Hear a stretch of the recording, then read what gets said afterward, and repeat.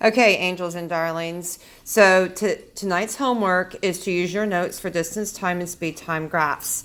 Please remember that distance time graphs are going to give you information about speed. So when we talk about a car being stopped, we mean that my distance is going to be 0. There's no, Jack, stop that please, thank you. There is no change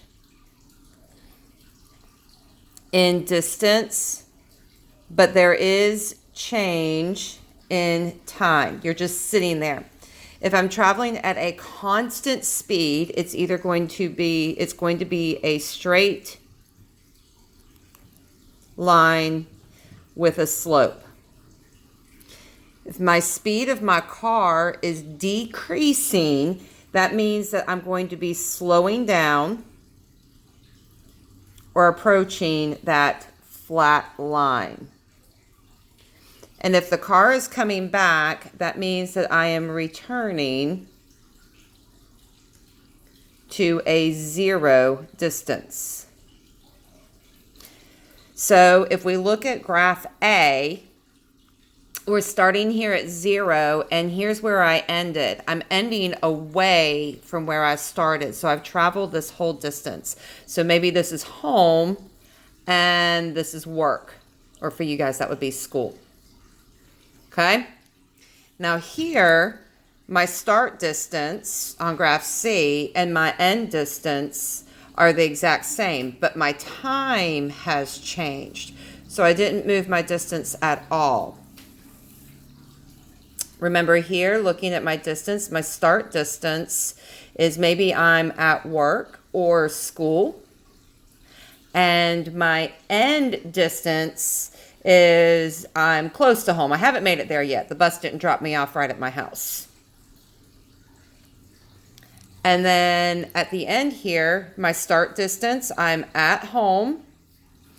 And I'm speeding up. I'm going faster, faster, faster. But remember, flat line on a distance time graph, flat line means that there is no speed, no rate of change. So you're not moving, but I'm not at home either. So I am sitting in the parking lot.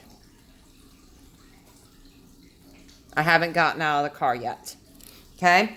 Now, you've got to look at your y-axis to know what's going on. On this graph, on these 4, you've got distance and time. So this means that this line is going to be your speed. It's going to be telling you how your speed is changing or not changing. When you look at the next page, if you notice, your y-axis changes. So that is your speed. And down here, you've got your time. That should be time. That was a little fuzzy on that side. So now you've got to be very careful when looking at this, because a flat line going across does not mean no motion. In a speed time graph, remembering what we wrote down in our notes, a straight flat line like this means that you are at a constant speed. Maybe this is 45 miles per hour. Okay? So when we've got a positive slope, that means you're going up. That means, in terms of speed, that means acceleration. If you've got a negative slope, that means you're going down a hill. That means you are decelerating. And there is, look here, you have a flat line. You're down here at 0. So I wonder what that could possibly mean. Using your context clues between the hints that I gave you for E, F, G, and H, you can figure out what's going on with these descriptions.